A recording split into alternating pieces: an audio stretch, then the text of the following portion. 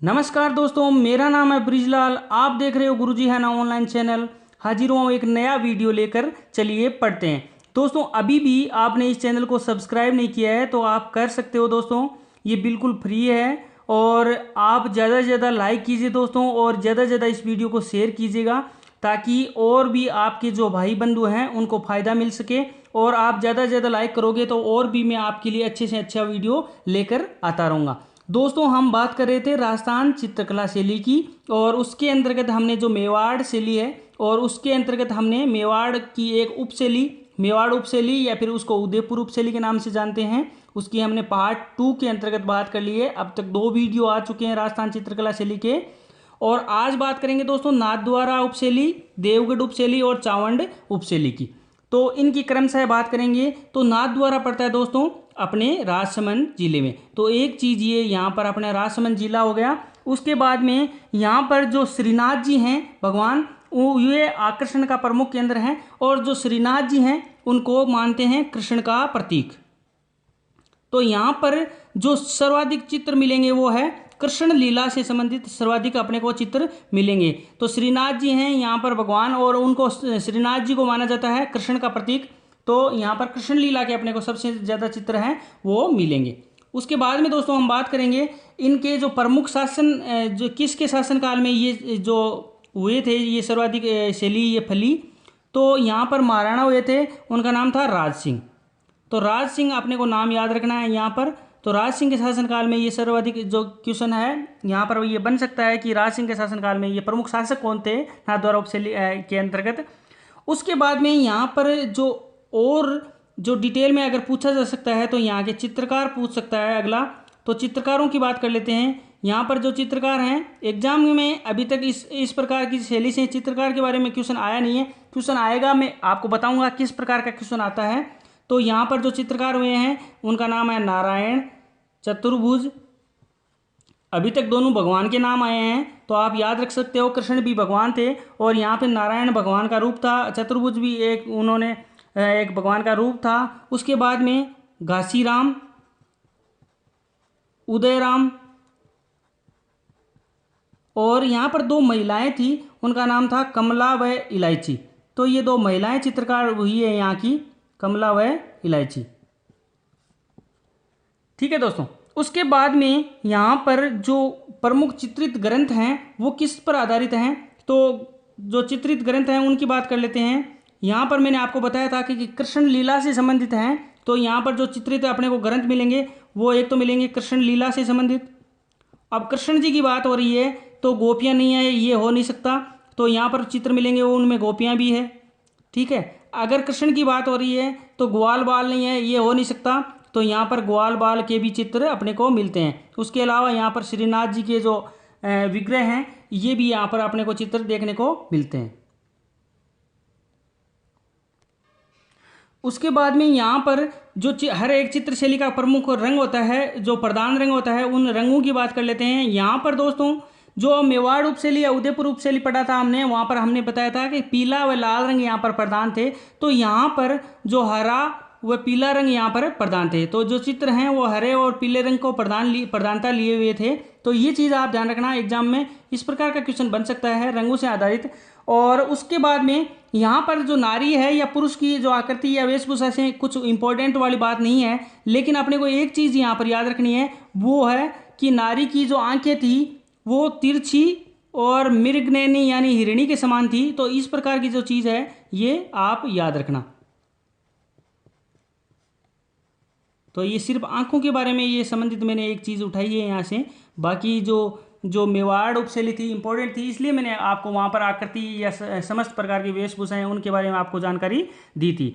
चलिए दोस्तों, उसके बाद में यहाँ पर मैं हर एक जो एग्जाम जो शैली है उसके बाद में आपको एग्जाम लाइक पॉइंट बताता हूँ। एग्जाम में और क्या क्या संबंधित कोई क्वेश्चन पूछ सकता है, वो ये है कि यहाँ पर जो प्रधानता थी, जैसे मेवाड़ उपशैली में कदम के वृक्ष की प्रधानता थी, तो यहाँ पर जो केले के वृक्ष की प्रधानता थी। उसके अलावा मैंने वहाँ पर बताया था मेवाड़ उपशैली के अंतर्गत जो हाथियों का जो पशु है वो प्रमुख था हाथी। और यहाँ पर है पशु है, जैसे कृष्ण है तो कृष्ण गाय को चराते थे, तो यहाँ पर जो पशु है वो है गायों। तो गाय है, गाय को यहाँ पर मनोरंजन किया गया है। उसके अलावा यहाँ पर जो वेरी वेरी इंपॉर्टेंट जो चीज़ है वो निकल कर आती है, यहाँ के जो पिछवाई और भित्ति चित्रण यहाँ के प्रमुख हैं। अब ये पिछवाई क्या बला होती है, ये भित्ति चित्रण क्या बला होते हैं, इनके बारे में थोड़ा सा हम 1 मिनट के लिए मैं आपका समय लूँगा और 1 मिनट में आपके क्लियर कर दूंगा ये पिछवाई क्या होती है और भित्ति चित्रण क्या होता है। तो पिछवाई तो दोस्तों वो होती है जो श्रीनाथ जी का जो स्वरूप है उसके पीछे जो बड़े आकार के पर्दे बनाए जाते हैं कपड़े पर, ठीक है, बड़े आकार के पर्दे कपड़े पर बनाए जाते हैं श्रीनाथ जी का जो स्वरूप है उसके पीछे, ठीक है, उसको बोलते हैं पिछवाई। और यहाँ पर एग्जाम में इस प्रकार का क्वेश्चन बना भी है, आगे भी बनता रहेगा। तो ये पिछवाई जो कला है ये कहाँ की प्रसिद्ध है, मैं आपको ये हस्तशिल्प कला के अंतर्गत भी बताऊंगा, उसमें आपको डिटेल में बताऊंगा। यहाँ पर मैंने शॉर्ट में जब नाम आ गया तब मैंने आपको समझाया है। तो ये पिछवाई कला है, ये प्रसिद्ध है, सबसे अच्छा क्वेश्चन है, नाथद्वारा की प्रसिद्ध है। नाथद्वारा पड़ता है राजसमंद में, ऑप्शन में कुछ भी हो सकता है। उसके अलावा भित्ति चित्रण की बात करेंगे।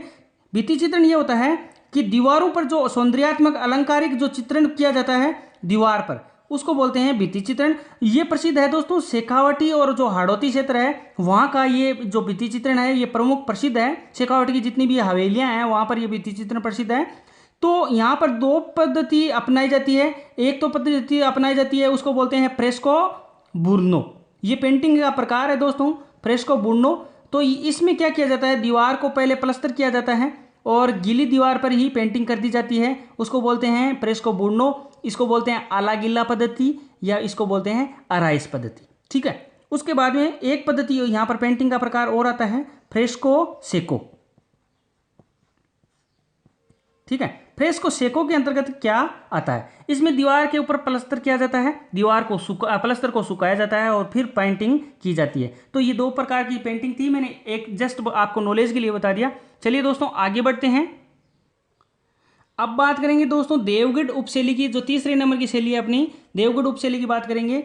तो मेवाड़ के जो महाराणा हुए थे जय सिंह, तो जय सिंह के राज्यकाल के दौरान रावत द्वारिकादास चुंडावत 1680 की घटना है ये, उन्होंने क्या किया था, देवगढ़ में देवगढ़ ठिकाना स्थापित किया था, ठीक है। और वहीं से लेकर ये देवगढ़ शैली, यहाँ पर देवगढ़ ठिकाना जो स्थापित करने के बाद में ही इस देवगढ़ शैली का जन्म हुआ था। तो उसके बाद में बात कर लेते हैं, इस शैली को सबसे अधिक जो प्रकाश में लाने का जो श्रेय जाता है वो जाता है श्रीधर अंधारे। तो यहाँ पर अपने को जो एग्जाम के लायक क्वेश्चन है वो है श्रीधर अंधारे का नाम अपने को याद रखना है कि देवगढ़ उपशैली है उसको जो प्रकाश में लाने का श्रेय किसको जाता है, श्रीधर अंधारे को। तो ये चीज़ ये इस एग्जाम के पॉइंट ऑफ व्यू से इंपॉर्टेंट, वेरी वेरी इंपॉर्टेंट है। यहाँ पर जो प्रमुख विषय हैं उनकी बात कर लेते हैं, किन पर यहाँ पर जो सबसे अधिक अपने को चित्र मिलते हैं। तो विषयों की बात करूँगा, यहाँ पर जो शिकार के दृश्य हैं उनके अपने को चित्र यहाँ पर मिलते हैं। उसके बाद में यहाँ पर हाथियों की लड़ाई है उनके अपने को चित्र देखने को मिलते हैं। एग्जाम के पॉइंट ऑफ व्यू से इंपॉर्टेंट नहीं है, जस्ट आपने को नॉलेज बढ़ाना है। और यहाँ पर राज दरबार हैं उनके दृश्य अपने को देखने को मिलते हैं। तो ये था, कुछ एग्जाम के लायक नहीं है। उसके बाद में यहाँ पर जो प्रमुख जो रंगों की बात कर लेते हैं, हर एक शैली का एक रंग होता है प्रधान। तो यहाँ पर जो रंग है वो है पीला रंग, तो पीला रंग यहाँ पर प्रधानता लिए हुए हैं। उसके बाद में एक एग्जाम के लायक क्वेश्चन है, यहाँ पर एक और बनता है, 2 क्वेश्चन इससे निकल कर आते हैं। देवगढ़ शैली, तो देवगढ़ पड़ता है दोस्तों प्रतापगढ़ में, तो ये मैं आपको बताना भूल गया था, देवगढ़ पड़ता है प्रतापगढ़ में, ठीक है। तो ये चीज़ आप याद रखना। तो उसके बाद में यहाँ पर एक क्वेश्चन और निकल कर आता है कि ये जो शैली है ये मारवाड़ शैली, ढूंढाड़ शैली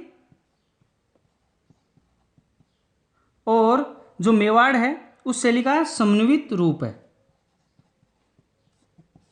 ये तीनों शैलियों का समन्वित रूप है, इसलिए ये शैली इंपॉर्टेंट, एग्जाम के पॉइंट ऑफ व्यू से इंपॉर्टेंट हो सकती है। अब बात करेंगे चावंड उपशैली की। मैंने आपको पहले उस टाइम मेवाड़ उपशैली बताई थी, तब मैंने आपको थोड़ी सी हिंट दी थी कि चावंड को राजधानी बनाया था महाराणा प्रताप ने। तो इस शैली का उपशैली है, इसको जो विकास कराने में यानी विकास के योगदान में महाराणा प्रताप का भी योगदान था। तो महाराणा प्रताप के शासनकाल में ये चावंड शैली का जन्म हुआ था। उसके बाद में जो सर्वाधिक जो स्वर्णकाल, जिसको हम हर शैली का स्वर्णकाल पढ़ते हैं, किसके प्रमुख शासक कौन था, तो स्वर्णकाल हमारे को मिलता है यहाँ पर अमर सिंह के काल में। तो अमर सिंह फर्स्ट हुए थे।